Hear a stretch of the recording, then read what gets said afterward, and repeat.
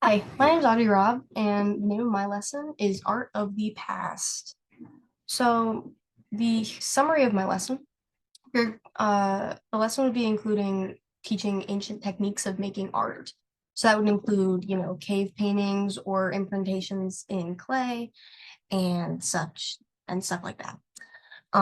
So as a part of the lesson, kids would be learning the conditions inside the caves, not in detail, but that it was dark and cold, stuff like that. And the cave wall, they'd be learning about the implementations like in mud and how like footprints become fossilized, stuff like that, as well as they would be painting their very own cave wall mural as a class.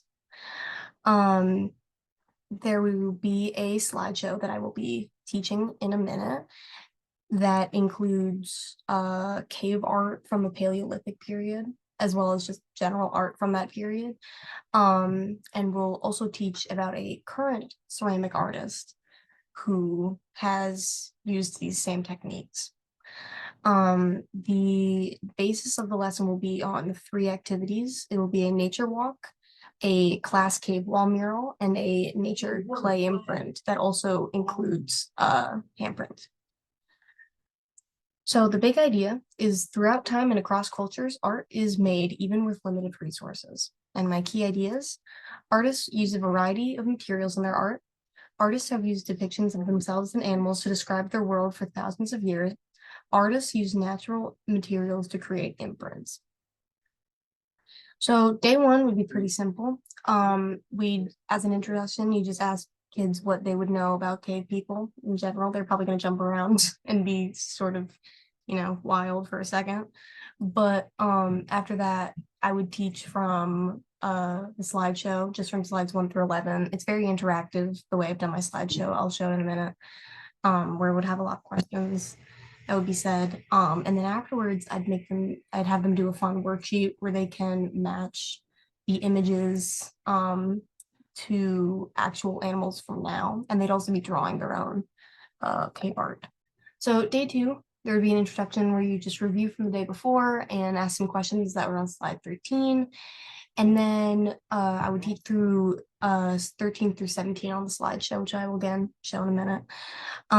The kids would be going on a nature walk today. It would be a very short slideshow, and we'd get them out of the classroom and going and walking either to a playground or just outside in general and finding, sticks, leaves, anything that they want to find that can make imprints. Um, and then at the end of the day, they would be the teacher would be collecting the items for safekeeping, and they would allow the students to share what they had found with the class. Day three is the fun activity day. So it's at the beginning, you need to prepare the classroom for its activities. So the lights would be turned off because you're supposed to be having like a cave atmosphere. It shouldn't be too dark though, the window should be open or something. But and then there should be a big bulletin paper on one of the walls that they're going to paint their handprints on or drawing an animal or something. And they're only going to be using red paint and red crayons so that they can have like a cave atmosphere. And then each table should have their clay plaques prepared, so they can use their handprint as well as their art or their nature items. And that will be the entire day. There will be small groups going up to the mural. It won't be all at once because that's going to be insanity.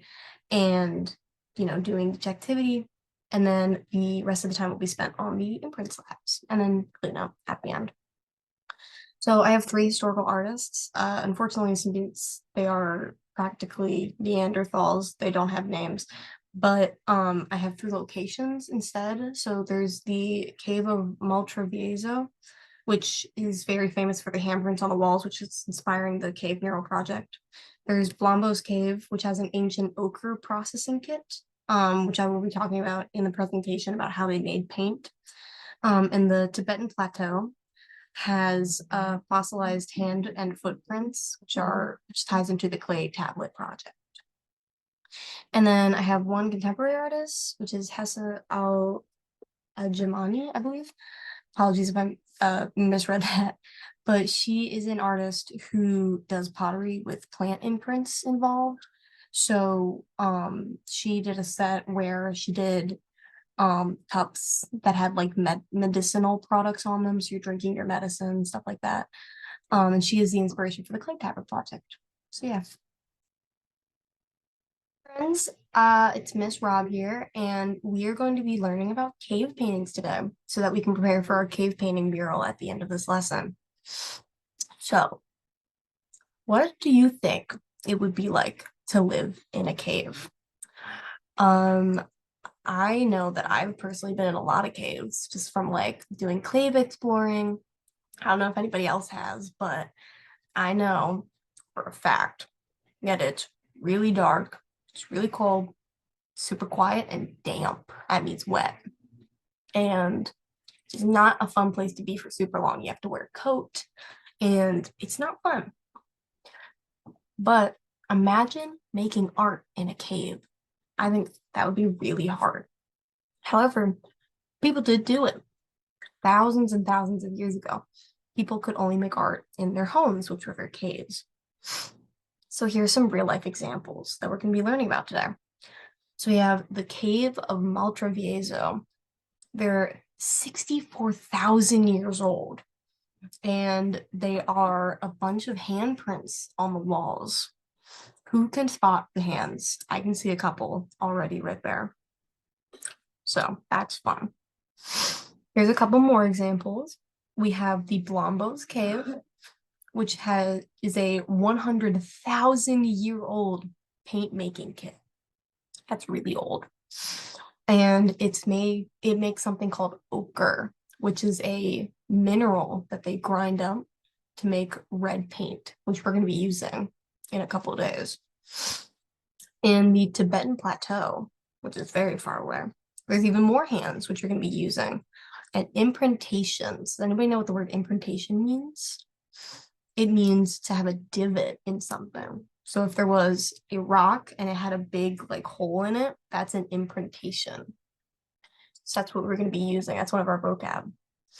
So we have a bunch of cave paintings here. Does anybody want to tell me what stories these paintings will tell? For example, we have what looks like maybe a hunting scene with some animals and some people on it. Maybe that one on the top has a party happening. I'm not sure what's going on in the last one, but it maybe looks like somebody's singing to a bunch of animals. I don't know. A lot of weird cave paintings. So, what story would you paint on your wall if you had a cave painting that you had to make? I know I would paint about my family and how I live, just like a lot of the cave people did. You can paint about a birthday party or your pets or maybe a vacation that you went on that you had a lot of fun at. Lots of stuff like that. So, what we're going to be talking about next is paint making and how they used to make it. So, how do you think that a rock turned into paint that we know? It's very hard. So, first, what would happen is they would crush it up into little tiny pieces. And then they'd basically make like a mud out of it where they'd put some water in, and that would cause it to become paint. So, try to match these all. What do you think goes to what? There's one surprise in here. So the leaves go to green, blueberry goes to purple. Oh, it's crazy. And the blue rock turns into blue. So now we are going to be doing a worksheet. We have to try to match the cave paintings to the real life animal, and we're going to try drawing our own cave painting on the back. So that'll be fun. This is a basic example of what I was thinking of when I was thinking of the clay tablet project. Unfortunately, I do not have any clay on me because I am on vacation. However, I have plenty of sand everywhere. So I made a quick imprintation of my hand, which is one of the things that the students will be required to have in their tablet, along with a couple of indentations of shells. I know it just seems like holes, I swear they're shells. And I couldn't find any sticks, but that would also be nice if they were there. But yeah.